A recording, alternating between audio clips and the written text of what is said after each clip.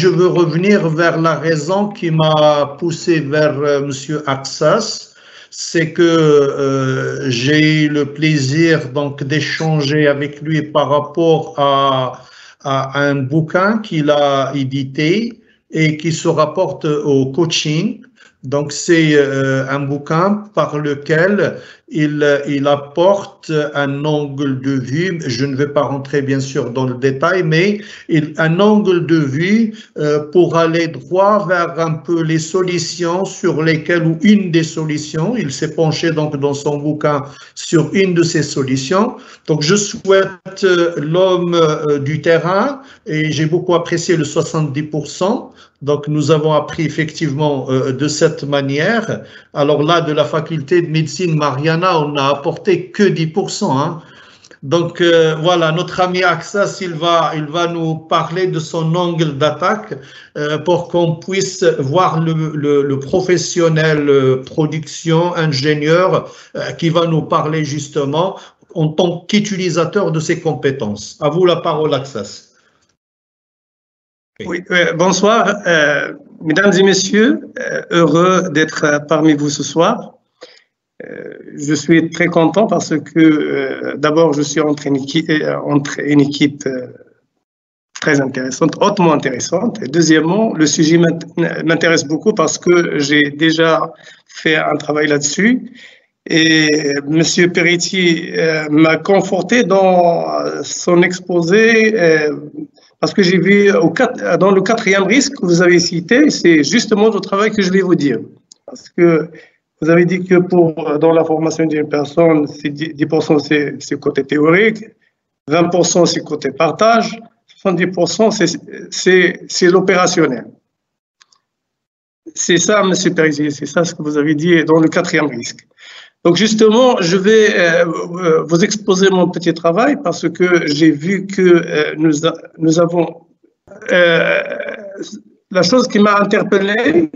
Donc pourquoi j'ai vu ce sujet-là, transfert du savoir-faire des collaborateurs partant à la retraite aux collaborateurs devant assurer le relève, parce que j'ai constaté que nous avons un départ massif à la retraite entre 2020, notamment au Maroc, je parle, entre 2020 et 2025. Nous avons une arrivée massive des jeunes sans expérience et il n'y a pas de politique RH intégrée et anticipative pour favoriser le transfert d'expertise aux jeunes. C'est vrai que la majorité des entreprises, des organisations ont un plan de formation, disons, théorique en salle, mais le côté opérationnel, il n'est pas tout à fait intégré dans les objectifs. On est en train de voir partir des vrais experts dans le silence le plus total et l'arrivée des jeunes dépourvus d'expérience et du jour au lendemain, on les met dans le bain et c'est un grand problème pour l'entreprise. Donc, la finalité de mon petit travail, je vais vous montrer la jaquette du bouquin à la fin. Donc, j'ai fait un petit extrait, c'est pas la totalité de ce que j'ai traité dans le bouquin, mais c'est un extrait ça. La finalité, c'est comment planifier de façon anticipée le recrutement, la formation, et notamment la formation pratique dont je parle. La formation théorique, généralement, on l'a fait, mais comme dit M. Peretti, la formation opérationnelle et pratique, c'est 70% de la formation. C'est la mise en exercice de l'individu. Et puis, il y a les gestionnaires des ressources humaines qui doivent apporter, vous l'avez dit, M. Peretti, le management doit faire son travail pour motiver les seniors partant à la retraite. Il faut les motiver pour qu'ils soient généreux, pour qu'ils partagent leur savoir avec les jeunes. On ne peut pas venir les laisser au hasard et se dire qu'ils vont être débiteurs comme il faut. Donc, il faut trouver un moyen de les motiver, de les mettre, de les intégrer pour s'investir dans la formation des juniors. Et puis, il faut trouver un moyen, c'est ce que je vais expliquer après, de créer un climat de confiance, une ambiance positive de travail afin de motiver le collaborateur senior pour bien parrainer volontiers les jeunes et leur transmettre leur savoir-faire, je dis bien. Donc, je reviens, disons que la majorité des organisations se limitent à la planification des formations théoriques. Et on a constaté qu'il y a un besoin de formation opérationnelle. Pourquoi il y a ce besoin? Parce que généralement, le top management actuellement, soit qu'il n'a pas le temps de s'occuper de ce volet opérationnel, soit généralement c'est une tâche pour laquelle on n'a pas donné beaucoup d'importance et fatalement il donnera des résultats négatifs pour l'entreprise. Donc je dis ici qu'il y a un manque d'accompagnement par la hiérarchie de ce personnel pour qu'il y ait un transfert entre les seniors et les juniors. Donc, pour ce faire, il y a toute une gestion des rapports intergénérationnels pour laquelle il faut donner de l'importance parce que les valeurs, les attentes, les ambitions de chaque génération, ils diffèrent. Donc, il faut trouver un moyen de les harmoniser. Il faut construire des ponts entre chaque génération, bien choisir l'accompagnement adéquat. Pour le choix de l'accompagnement que j'ai proposé, c'est que entre la supervision, le mentorat et le coaching, j'ai opté pour le coaching parce que c'est un accompagnement qui construit le volet comportemental de la personne. Donc, de façon à ce qu'il puisse trouver des solutions de lui-même à toutes les situations auxquelles il sera confronté. Donc, pour ce faire, les managers encadrants, donc comment j'ai vu la chose, c'est qu'en tant que quelqu'un qui a suivi l'opérationnel et qui a travaillé aussi dans le top management, je suis dirigeant au niveau d'un organisme, donc je me suis dit que les opérateurs, les gens qui exercent réellement, ils doivent être encadrés. Les managers doivent les accompagner de façon à ce qu'ils puissent créer un pont entre ces deux générations, seniors et juniors.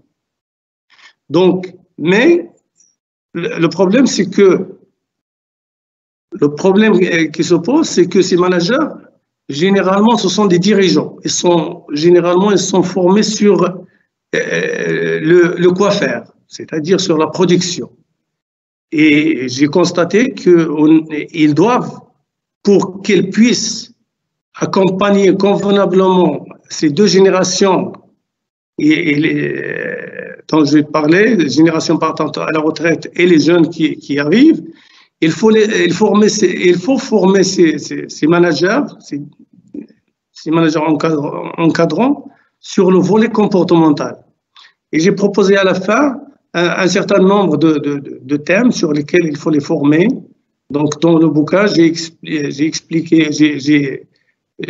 détaillé 18 thèmes, 18 modules qui on trouvera entre autres côté communication, écoute active et attentive, comment poser des questions, comment confronter sur les dysfonctionnements, comment identifier,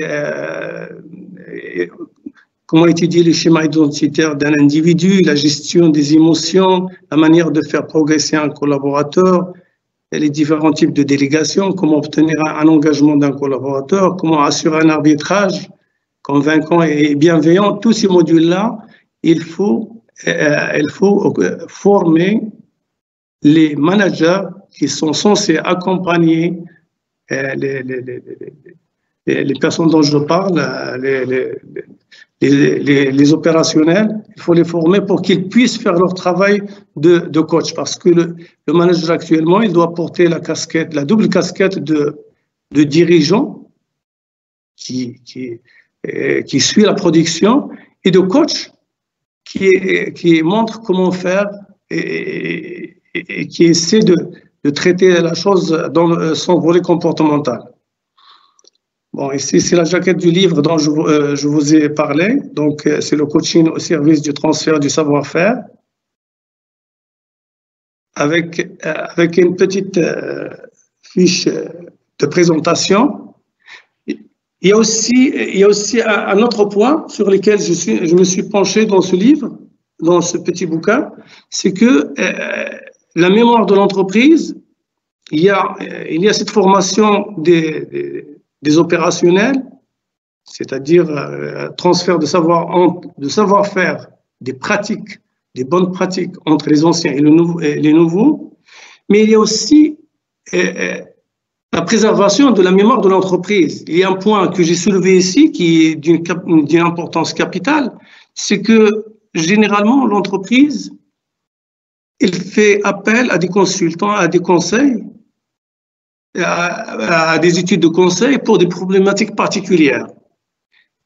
Et on a des livrables très intéressants, très importants.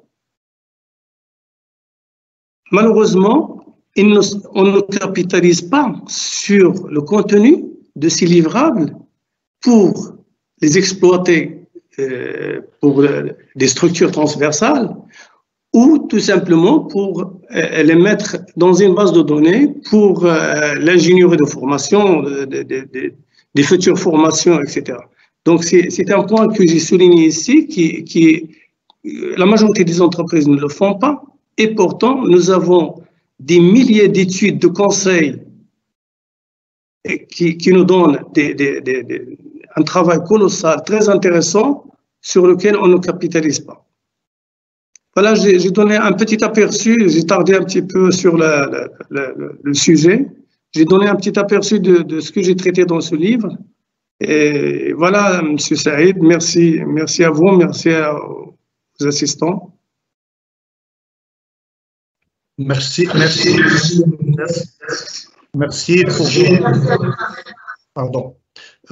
pour cette participation justement qui nous met droit dans le sujet que nous avons traité et que nous essayons d'aborder par rapport à tous les côtés.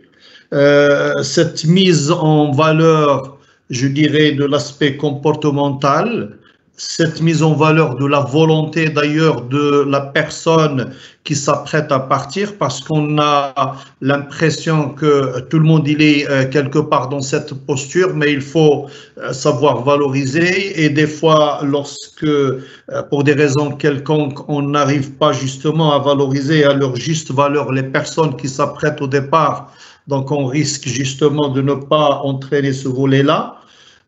Vous avez mis l'accent donc sur un triangle entre le senior, le junior, mais également le manager, et vous avez donné une liste de thématiques sur lesquelles on peut nous orienter en termes donc de thématiques d'action sur ce volet d'accompagnement.